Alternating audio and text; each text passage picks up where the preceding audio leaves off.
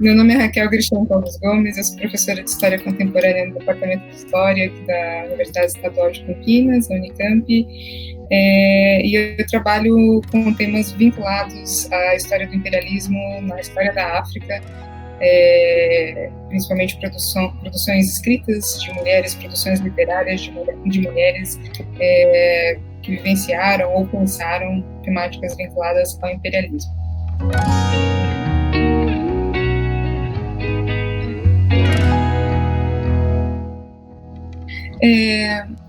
Eu comecei a estudar história da África por conta da literatura africana e por conta de um livro da Nadine Gordimer.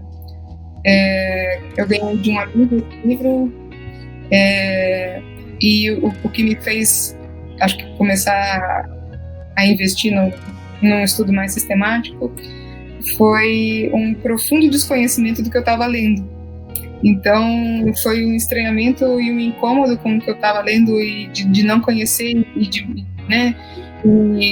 de perceber como isso, né, não só dificultava a leitura, mas dificultava o estar no mundo dessa forma.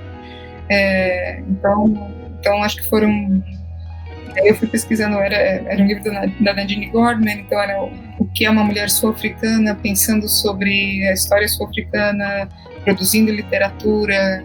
Então, aí os desdobramentos foram, uma coisa foi levando a outra. Existem várias vertentes interpretativas para essa questão. Essa vertente que chama os Tutsis de invasores, como esse chamar de invasores foi mobilizado ou a qual interesse ele serviu, né? Principalmente porque quando a gente trabalha com a história do continente africano, a gente trabalha com histórias de deslocamentos, né?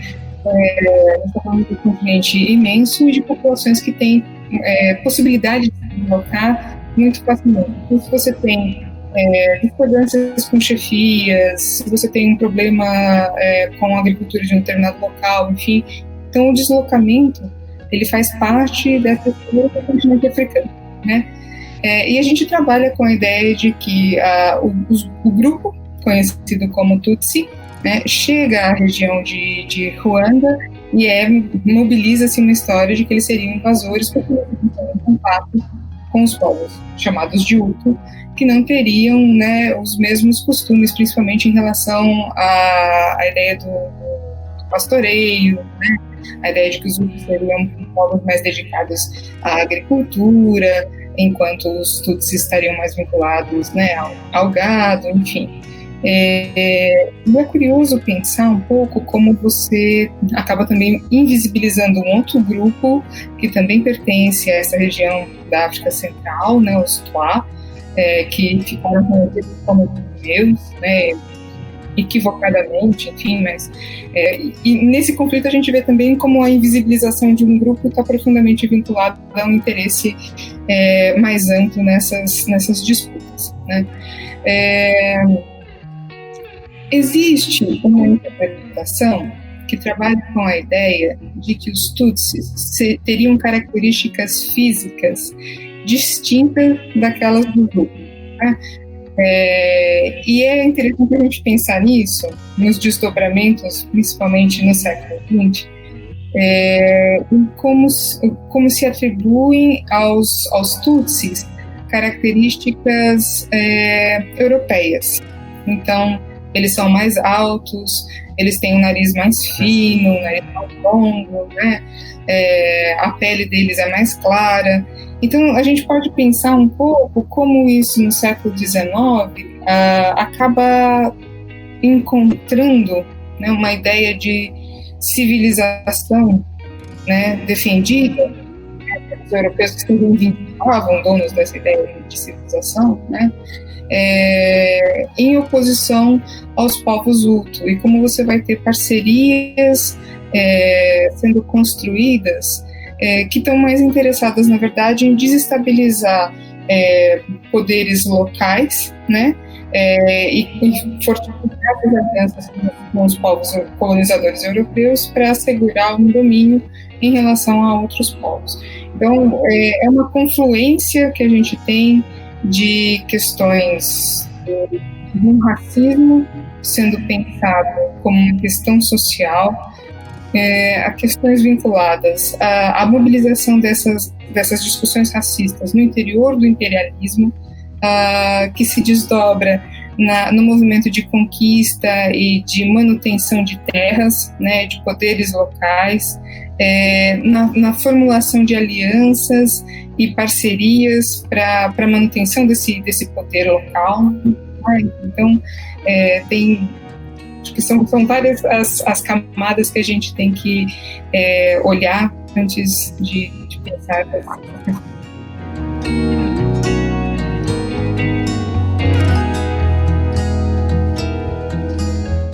Eu acho que tem várias dimensões para a gente pensar aí também. Boa parte do que a gente experimenta até o século XIX, início até a Primeira Guerra Mundial, está muito vinculado, sim, a essa ideia do domínio territorial, a ideia de que ter um domínio colonial reforça seu lugar político, seu lugar geopolítico na Europa, né? Fala do seu potencial militar, fala do seu potencial estratégico, fala da sua força como nação, né? Então esses discursos são muito fortes nesse período. E a disputa também em torno de termos nacionalistas, a ideia de que determinadas nacionalidades são superiores a outras porque comprovaram seu poder de expansão, de domínio, né? Então, o que confere visibilidade a esse domínio que se propaga em discursos, né? Então, é muito marcante esse desmantelamento das zonas de influência alemãs, né, no pós-Primeira Guerra Mundial, porque isso diz o desmantelamento de um projeto nacional, né, de um projeto também que se desdobrava na conquista e na manutenção desses territórios para além da Europa, né. Em certa medida, o que a gente vê nesse período do entre guerras e até depois da Primeira Guerra Mundial está também vinculado à manutenção de zonas de influência, né?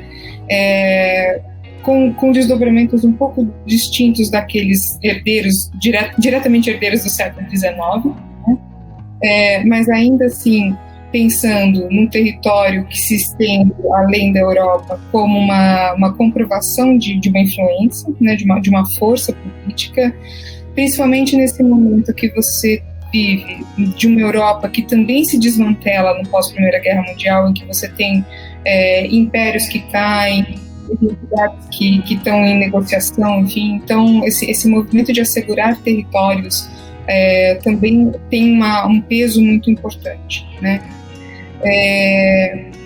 Concordo com o que vocês pontuaram, que talvez tenha um interesse numa dimensão econômica, né? Mas talvez não esteja imediatamente vinculada à ideia de consumo de produtos nesse período, mas talvez a controle de zonas de comércio, né? Controle de por onde as pessoas passam para escoar determinados produtos, controle de rotas, controle de acesso a rotas comerciais também, né? Então tem um peso bem importante, e se a gente olhar para o mapa, né, é uma região muito central.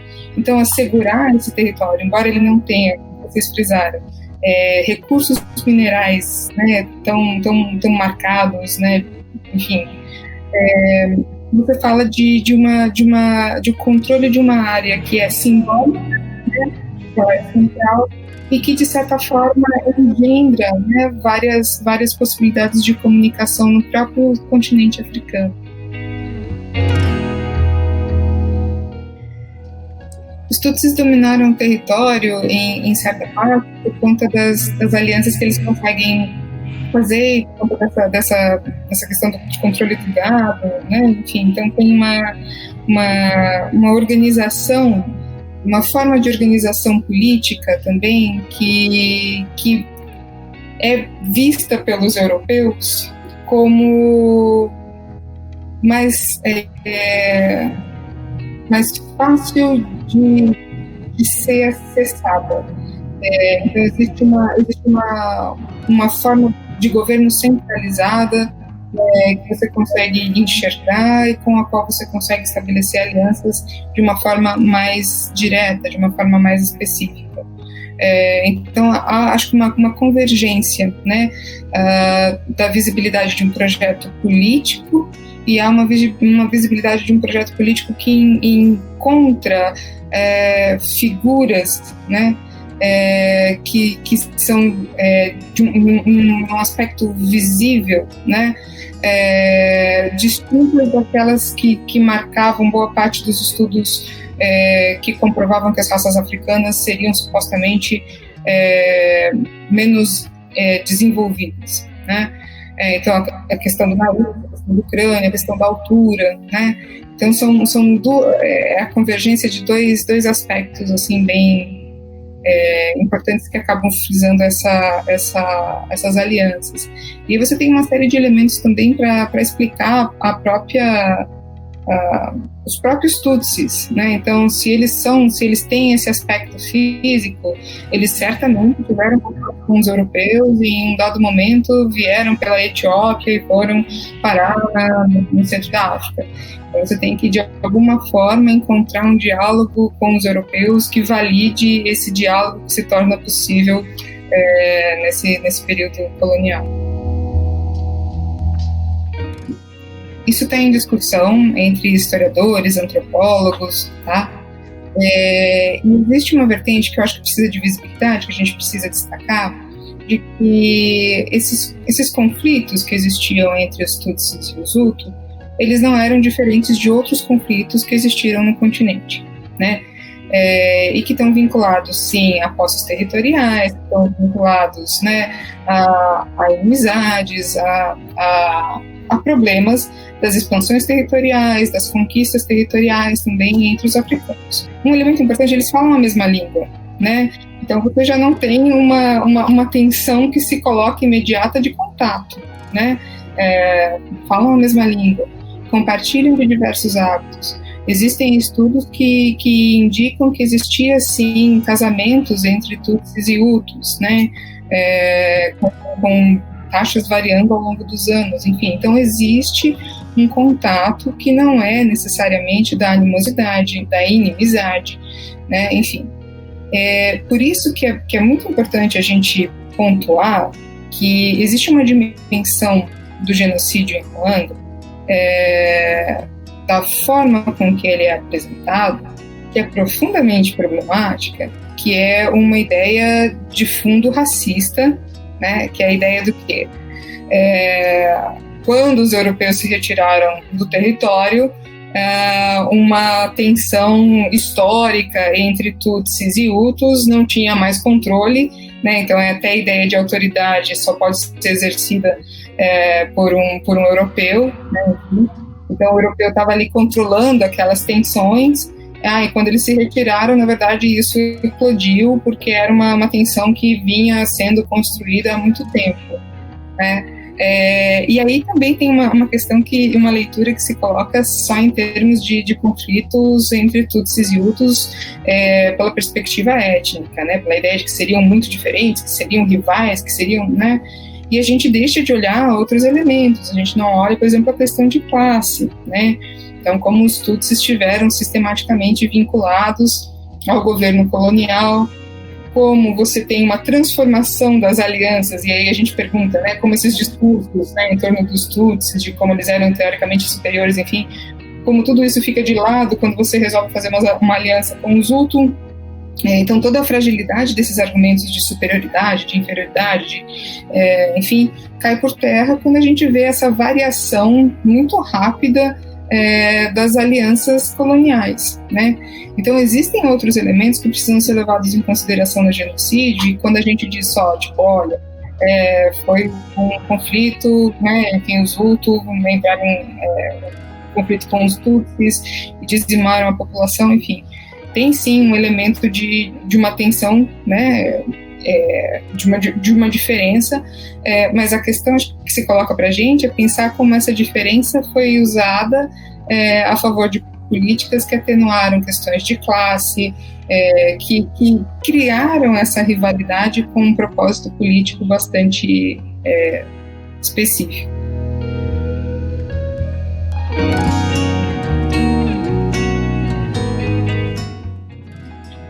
Eu acho que tem uma série de negociações, se a gente pensar no continente africano, ao longo do século XX, é importante a gente não pensar num território que está lá só para a ação europeia, né?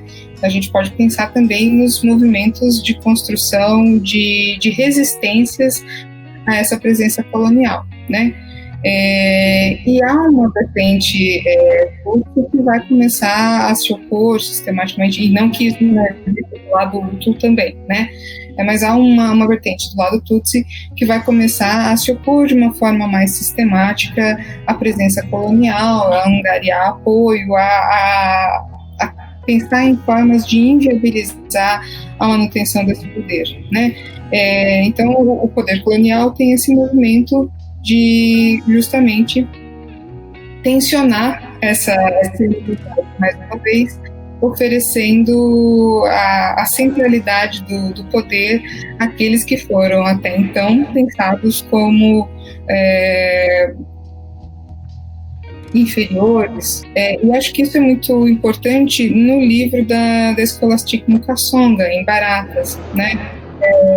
Porque a visibilidade que a gente tem hoje do genocídio em Ruanda, que em 1994 algo aconteceu, né? E até então você não tinha, era um campo de paz e tranquilidade, e enfim, então eu acho que isso diz muito também da invisibilidade dos processos históricos no continente africano na contemporaneidade.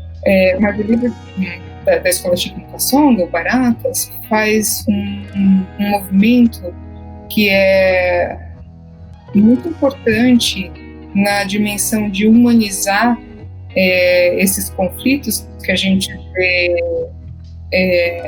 impulsionados, radicalmente exteriorizados em 94, né? Tem um movimento de caminhar e entender como essas tensões estão sendo negociadas, como os Tutsis, de repente, têm uma vida que não era fácil por conta dessa aliança que se estabeleceu com os poderes coloniais, né? O cotidiano da família dela, que ela narra também, não era um cotidiano fácil, né? Então, enfim, você tem que pensar essas dimensões também, né? E como essas tensões e essas variações de alianças, essas negociações políticas, essas negociações em torno de focos de poder, né, tem desdobramentos muito radicais e imediatos para populações nos seus cotidianos. São deslocamentos muito abruptos e com um impacto muito grande. Por exemplo, a terra que você ocupa é o espaço da sua ancestralidade. Então, romper com o seu território é também romper com a sua ancestralidade, né? Então, tem diversas dimensões que se desdobram nisso. Então, acho que, mais uma vez, Baratas é fundamental porque humaniza e historiciza, né? Historiciza de uma forma muito humana um conflito que se estendeu durante décadas, né? Que teve diferentes focos de apoio, que teve uma radical invisibilidade nos seus processos, né? E que foi tratado de uma maneira, quando aconteceu tem uma cobertura midiática bastante preocupante, bastante em que a gente encontra ecos de um discurso racista, imperialista nas manchetes.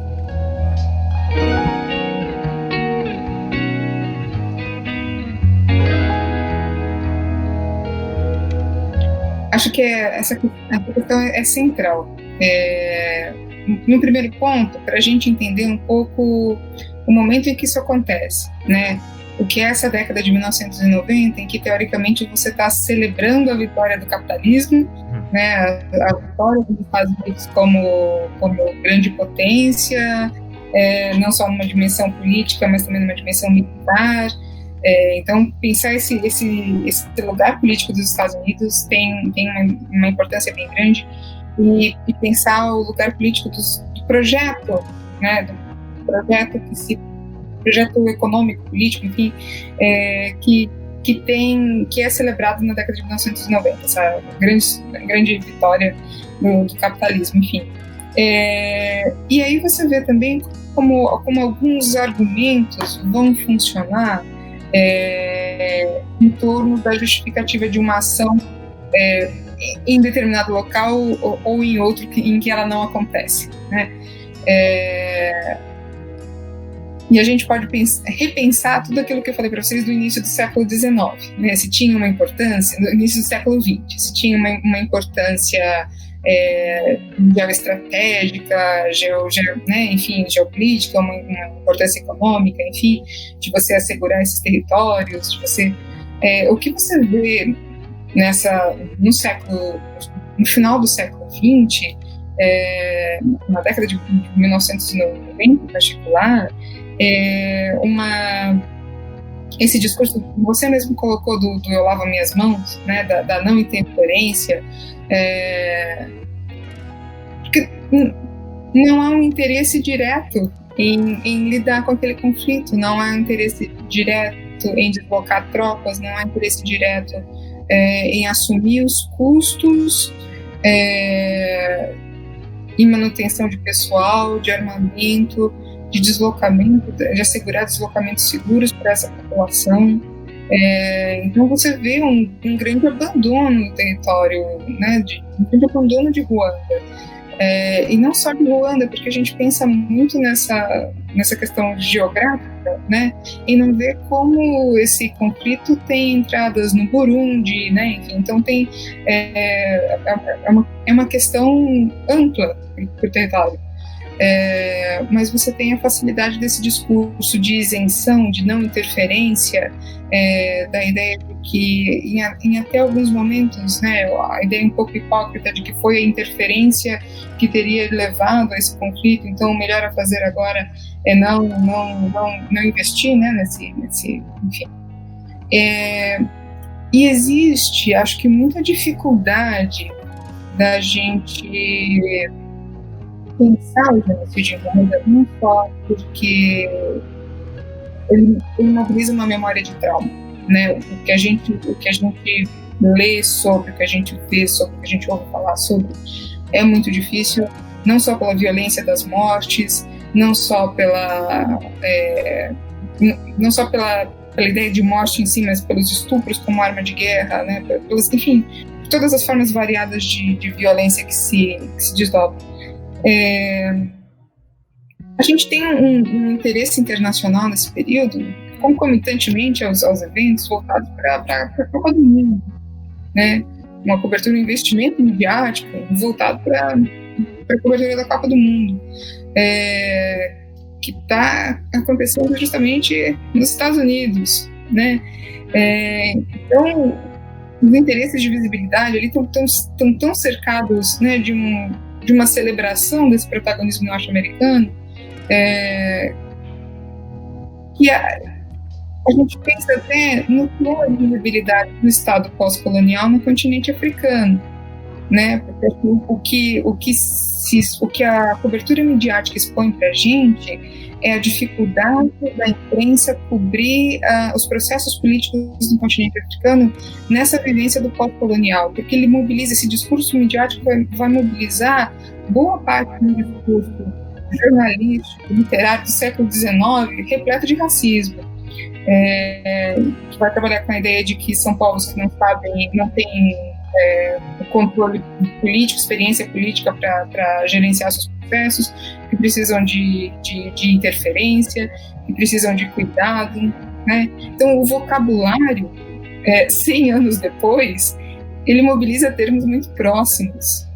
E aí a gente vê boa parte do que a gente fala até hoje, tipo, olha, existe racismo, né? Ele não foi embora há 200 anos, né? Vamos falar sobre ele. Então, existe sim uma cobertura midiática bastante problemática do evento, ligada a um interesse econômico, né, que não há interesse em dar visibilidade ao que muitos jornais vão ver como mais um conflito no território africano, no continente africano, tá? A gente coloca isso que está vence da cobertura da guerra em Moçambique, vence da cobertura da guerra em Angola. Então, existe uma dimensão de que é dar espaço para mais um conflito, né? Existe uma dificuldade, como vocês pontuaram até no começo, de reconhecer o massacre, de reconhecer essa experiência como um genocídio, né? Até em termos legais, né? Até a questão do grupo vai enfrentar uma dimensão analítica no processo, na Corte Internacional, porque são grupos que falam a mesma língua, né? Então, como é que você vai dizer que havia interesse de um grupo em dizimar o outro? Então, tem uma motivação política até em torno da ideia que reforça que foram divergências acentuadas pela presença colonial.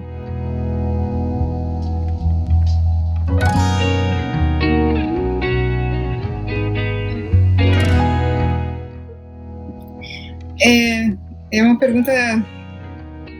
E eu estava pensando um pouco no que um historiador, eu acho que ele é indiano, não lembro que o historiador Mahmoud Mamdani fala sobre o genocídio em Ruanda. Ele tem um livro sobre o genocídio muito importante na historiografia, que se chama When Victims Become Killers, né? Quando vítimas se tornam assassinas. E logo na introdução desse livro, ele fala sobre como Ruanda, como a experiência do genocídio em Ruanda sofre de 3 apagamentos fundamentais. Um primeiro apagamento histórico, né? A forma e os termos que são mobilizados em torno do genocídio novamente acionam essa ideia da selvageria, da ideia, mobilizam nesse discurso racista constantemente aplicado ao continente africano, né? E esse apagamento histórico deixa de ponderar boa parte das agências e das violências do século XX protagonizadas por europeus e norte-americanos, né? A gente pode pensar, por exemplo, por que a pergunta difícil não é porque num dia de sol os americanos decidiram lançar uma bomba atômica nos japoneses e tal, né? Enfim. Então, até como a gente se pergunta as coisas, né? E os termos que a gente usa para fazer as perguntas, e aí não é uma crítica à pergunta, né? É uma reflexão sobre como a gente está acostumado a olhar para os problemas políticos do continente africano, fazendo uma seleção que é profundamente problemática, né? Então, como que a gente espera uma ideia de choque vinda do continente africano e como a gente não olha para todos os outros eventos que o século XX nos ofereceu em termos de genocídio. O Mamdani também vai falar de uma invisibilidade dos protagonismos, né? Das agências. Então, como é que você costuma contar uma história que é muito de cima para baixo? Então, houve a presença europeia e você saiu, e aí os Tutsis e os Hutus, né? Enfim, pronto, de repente aconteceu isso. E uma terceira invisibilidade que é uma questão geográfica, né? Aquilo que eu estava até pensando, falando um pouco mais cedo com vocês, de como a gente pensa muito localmente um processo que é ampliado para outros territórios ali da África Central. Uma diferença do genocídio experienciado no nazismo e das formas de genocídio que você encontra em Ruanda estão, de certa forma, vinculadas a essa questão da agência e do protagonismo. Porque no nazismo, especialmente nessa estrutura burocrática legal que o nazismo criou para eliminar o grupo das pessoas entendidas como indesejáveis, tornava a morte uma coisa separada da experiência social. Então é diferente o vizinho que desaparecia porque foi mandado para um campo de concentração, é diferente os boatos dos trens que levam as pessoas para os campos de concentração, o processo de morte que é feito com um cristal que se dissolve num gás, né, e da morte, enfim. Acho que o que motiva a sua pergunta um pouco e o que diz dessa dimensão do choque é a violência, é a ideia do facão, né? É a ideia de que muitas mortes foram cometidas com facões. Inclusive, um dos livros mais clássicos disponíveis em português sobre o tema se chama Temporada de Facões, do Jean Hatzfeld, né? Um jornalista que foi levantar experiências em Ruanda, enfim, e que é uma morte muito pessoal, né? É um contato, diz de um contato muito intenso, e diz de uma dimensão de localidade, né? De você sair na rua, você atacar as pessoas na rua, enfim. Então acho que tem essa diferença. E que a gente pode pensar também no que é a eclosão dessa tensão. Por isso que é importante a gente pensar que o que acontece em 1994 não é só herança colonial, né? Senão a gente vai estar sempre preso ao que a Chimamanda Adichie chama de uma história única, né? Então a gente sempre vai ter a história começando da presença europeia, das ações europeias, e, enfim. Então, o que a gente vê é, sim, uma dimensão de uma tensão em torno do conflito, de uma dimensão de um conflito social que tem dimensões, tensões de classe, tensões de lugar de privilégio, tensões de distinções sociais, né, construídas, reforçadas, de violências cotidianas que duraram décadas. Então, o que se tem na década de 90 é essa falta de interesse internacional, mas concentrada também em problemas na própria Europa, né, nessa fragmentação da União Soviética, na reorganização dos estados, né, da antiga União Soviética, das tensões étnicas que vêm também dessas reorganizações, dessas tensões. Enfim, então, uma acessibilidade, um fluxo, um acesso a armamentos também mais fácil, né? E essa grande tensão social facilitada, enfim. E tem uma dimensão também que existe uma facilidade em generalizar o próprio grupo dos Hutu, né? Que seriam os Hutu, enfim.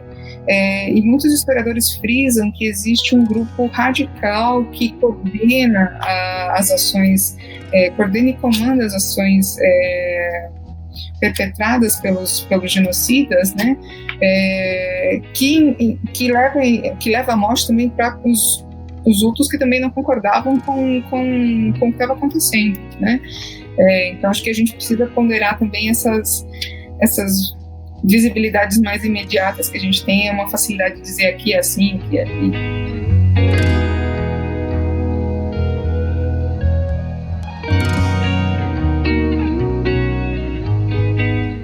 Uma coisa que eu acho importante a gente pensar, talvez, sobre como Ruanda está hoje, do lugar que Ruanda conferiu ao genocídio na sua história. E como isso organiza, direta ou indiretamente, as relações sociais desse período, né? Porque você ainda vive, é algo tremendamente recente, se a gente for parar para pensar, né? Algo sobre o qual é difícil falar, é uma memória muito próxima à do apartheid, por exemplo, né? E é até muito curioso pensar que as coisas aconteceram em 94, e a democratização da África do Sul em 94, porque é quase como se você, né, qual África a gente quer cobrir mediaticamente agora, né? É essa, não é a do genocídio, enfim. Mas acho que o lugar de memória do genocídio e como ele é acessado pelas populações que enfrentam a falta de familiares, o êxodo para regiões dentro do próprio continente africano ou para fora dele, como é o caso da Scholastic, não por conta direta do genocídio, mas ela vai para a França alguns anos antes do genocídio, por conta justamente dessas tensões crescentes, enfim. Então, acho que tem Ruanda hoje é uma sociedade ainda que tenta se reorganizar em torno desse evento, né? Tanto pela visibilidade internacional que esse evento confere, né, para o coração da África, enfim, tanto pela ideia mobilizada em torno dele pelo exterior, né, e por essa visibilidade dos conflitos coloniais, das heranças coloniais, que teoricamente seriam repensadas, enfim, mas a gente vê eclodindo em outras regiões com a mesma falta de cuidado ou interesse demonstrado em 94, né? Então acho que tem muito dessa questão. E uma dimensão é essa de construir espaços e lugares de memória, né? Então falar sobre o evento, falar sobre o genocídio, falar sobre como ele afeta as populações, né? Purgar de alguma forma essa experiência tão traumática é uma forma fundamental de experienciar Ruanda hoje. Acho que é um pouco diferente do Brasil, que assume essa ideia de não somos racistas, né? Então, que assume a via da negação, né? Quando tem essa dimensão de que há um problema, a gente precisa falar sobre ele, embora acho que isso mais uma parte da população, né? Embora o poder estatal às vezes não esteja tão interessado assim. Mas acho que até o que o livro da Scholastic Mukasonga coloca para a gente é essa necessidade, e aí é muito interessante que isso aconteça pelo veículo literário, e diz para a gente muito do lugar da literatura de trauma, né, no século XX, no século XIX, no século XX e XXI, como uma forma de lidar com experiências profundamente transformadoras, não só na dimensão social, mas também na dimensão humana, né? Até a forma de você dar visibilidade para esse genocídio, para a herança desse genocídio, né? Na forma literária, tem uma dimensão de certa forma de se reorganizar, né? Nesse estado do mundo, porque isso é uma memória de trauma que a gente nunca vai conseguir dimensionar, né? Em 100 dias você matar quase 1 milhão de pessoas, né? Suas referências de passado, suas referências de futuro, né? O que te organizava no mundo, né? De onde você veio e para onde você vai. Então, acho que a Scholastic Mukasonga perdeu 27 membros da família, né? Mas, ao mesmo tempo, dá rosto à história, né? Para isso que no jornal seria só um número. Então, acho que é por isso que deixa a gente que nos toca de uma forma tão intensa, né? Porque você consegue se relacionar com a experiência humana.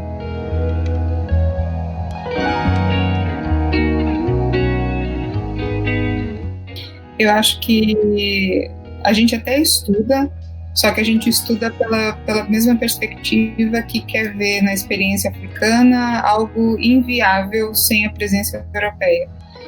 Então, algo que reforça justamente a ideia da inviabilidade do Estado pós-colonial. A ideia de que eles não conseguem, sem a presença europeia, sem tutela, não há paz, há um estado de guerra constante, né? Enfim. A gente pensar um pouco o que vem à nossa mente quando a gente pensa África, né? E aí a gente pensa um pouco do lugar da Lei 10.639, né, de 2003 e da 11.645 de 2008, e no impacto que elas tiveram para transformar um pouco o acesso e a entrada e a presença da história africana e afro-brasileira, né, nas escolas, enfim.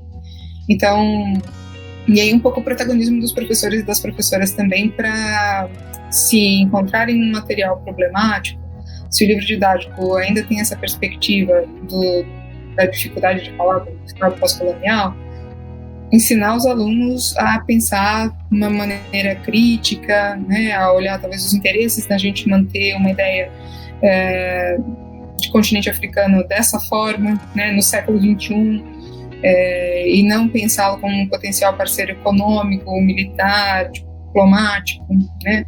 Então acho que tem uma entrada bem interessante. E uma outra dimensão, acho que da importância do ensino de história da África, e daí até das leis de 1639 e 1645, diz, eu acho que até do próprio livro, da própria acessibilidade que a gente tem ao livro da Scholastic Mukasonga. Se a gente pensar em termos de mercado editorial, a transformação que teve, que a gente experienciou no acesso a produções literárias escritas por autores e autoras africanos e africanas é radicalmente distinta daquela que a gente tem, por exemplo, na década de 90, né?